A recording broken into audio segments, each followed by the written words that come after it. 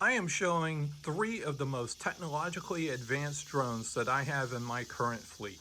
On the left is the DJI Air 3S. In the center is the DJI Avata 360. And on the right is the DJI Mini 5 Pro. The FCC wants to use its power to basically retroactively ban the sale of these products from the market because these 3 drones share one common trait. Let's dive into this to find out more and find out what we can do.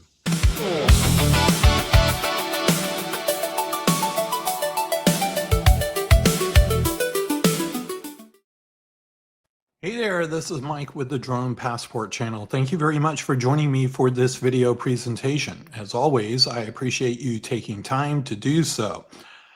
In the earlier intro video, I had mentioned that I have 3 drones and they all have one common trait. What is that common trait? They all have LiDAR sensing. You may ask yourself, what is LiDAR sensing?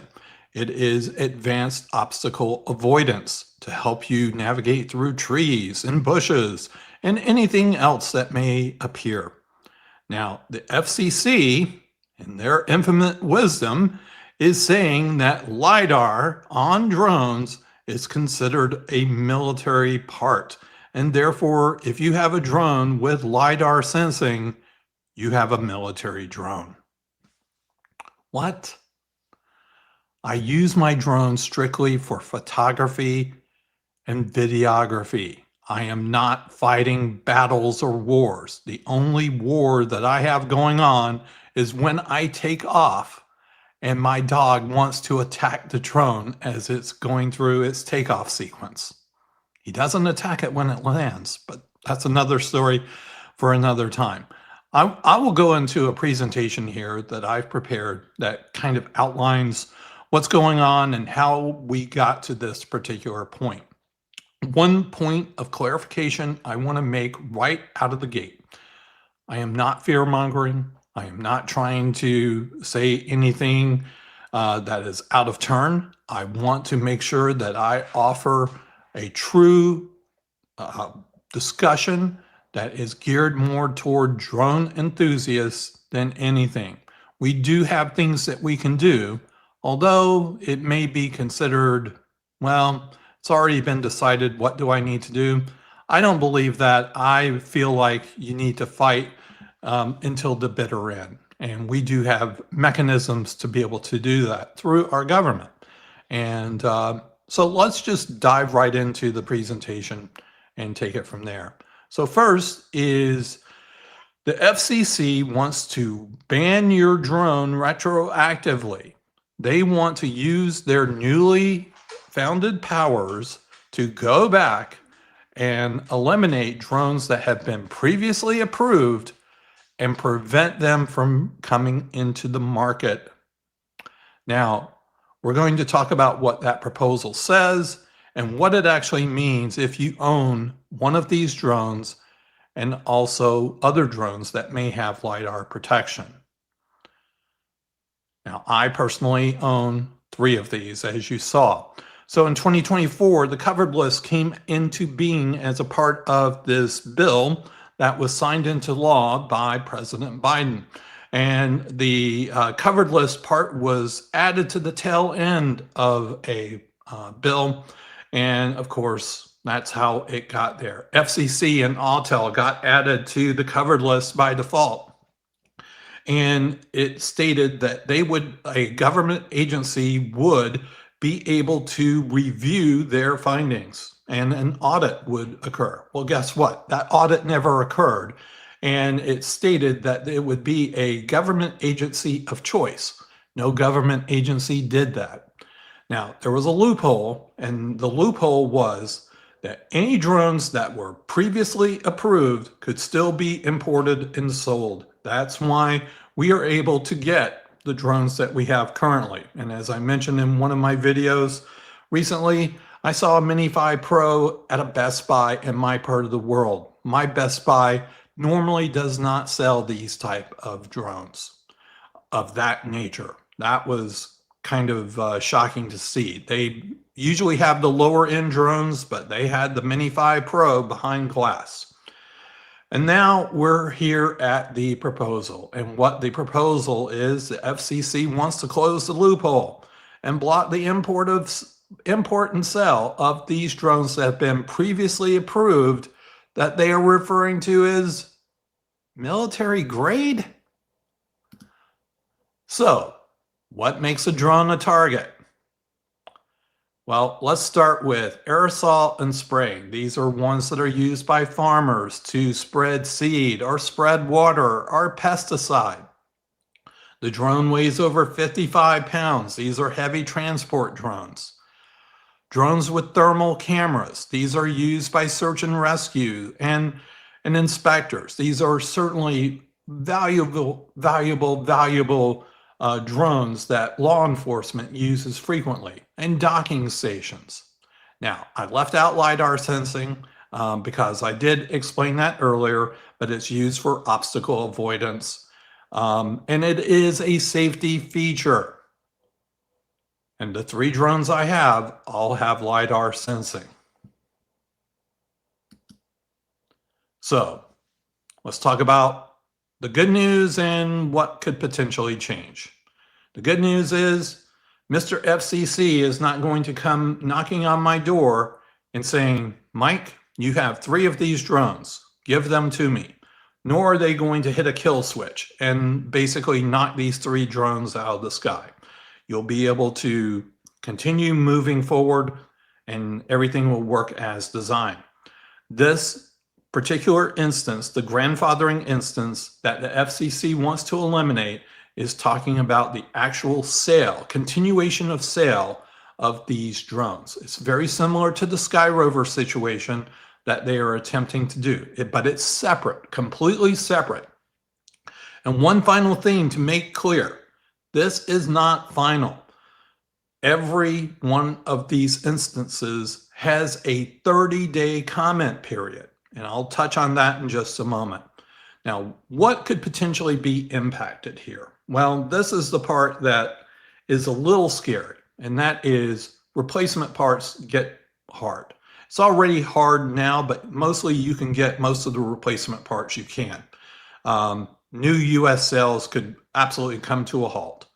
And if you have a broken drone, a lost drone, it's going to be very difficult to replace. It already is because DJI's Care Refresh is no longer valid here in the United States. Next, parts and supplies. They're going to dry up, and batteries, props, and components could get very scarce. DJI is warning customers that you may want to get those items now before it's too late. And then as time progresses, the prices are going to rise and there will be less supply and choice. And that's going to mean more increased price. And the used market is going to be extremely expensive. Now, resale value of these drones may climb if they become scarce, but stay legal to own. One thing to keep in mind, but if you're looking to sell your drone, but that's certainly not in play just yet, but something to think about down the road. So here's my opinion as an owner of 3 of these impacted drones. Calling LiDAR obstacle avoidance military grade is like calling the backup camera in your car a weapon. It exists so I don't crash into things. This proposal is again framed around national security. I'm using air quotes, but the definition is broad enough to sweep in hobbyist drones, first responders, farmers, and inspectors. And that's the part that's worth pushing back on by making comments to the FCC. Now, the date in question is September 2nd. Comments must be received to the FCC by September 2nd. And the advice, you may want to consider getting spare parts, batteries, while everything is in a normal state. So here's what we need to do as DJI owners and also drone enthusiasts. Number one, go to the FCC comment system. That is located at fcc.gov/ECFS. Then you find the proceedings. Now, in the description of the video, I'll list what the proceeding number is, and you'll need to look for the covered list proposal docket number. Number three, file your comment. Say who you are, say what drones you use, and how you use them, and then keep it real and specific. You don't need to go into a dissertation about how you use your drone and how unfair the FCC is. You need to keep it professional, and you need to keep it honest, and you really need to just lay out all the facts from your perspective and say, I'm a hobbyist. I use this drone for this. I do not use my drone for nefarious purposes. My question is, why are you banning this without a proper audit and just going by hearsay? That's similar to what I wrote regarding the Sky Rover item a few months back, or a few weeks back, rather. I'm probably going to write something like that. So the bottom line is, if you own them, you can fly them, but you need to make your voice heard now. Some people, some influencers who I respect immensely have said making a comment is worthless because the FCC has already made their decision. And that's perhaps correct. But I believe in fighting until the bitter end, and I will make my own comment heard. It may not be worth anything, but at least I know that I did what I could do to try to help keep this hobby alive for people like me, for people who are 107 certified pilots, for those who are farmers and other people who really rely on drones in their everyday lives. So go file your comment and make your voice heard.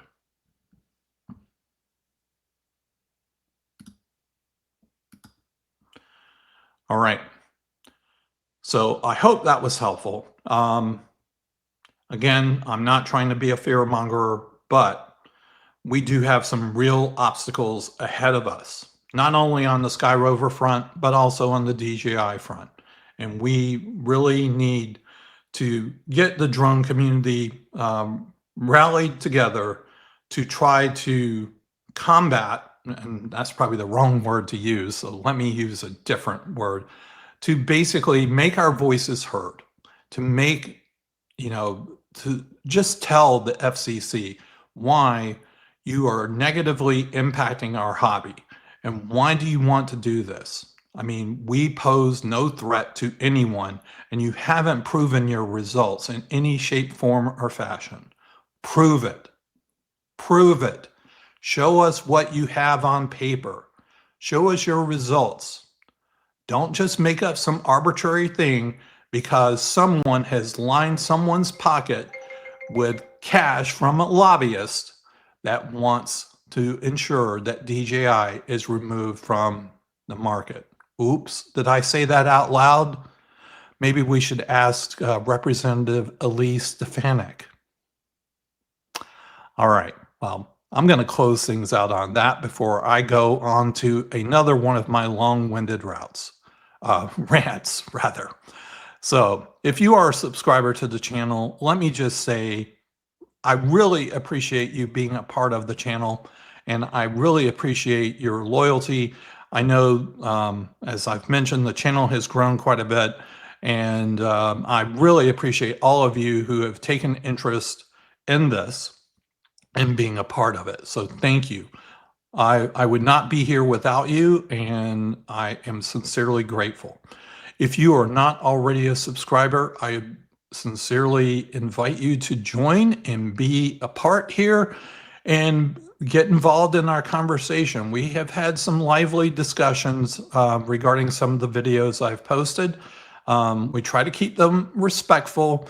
There have been some comments that have been thought-provoking, and there have been some others that, that comes with the territory of being on the internet. But I do invite you to join and be a part of this.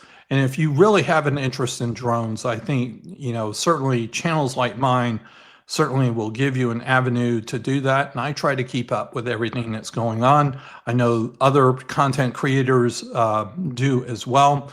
And I think all of us grouped together will certainly provide information that will be so valuable to you with regard to all the things that are taking place. So please consider subscribing.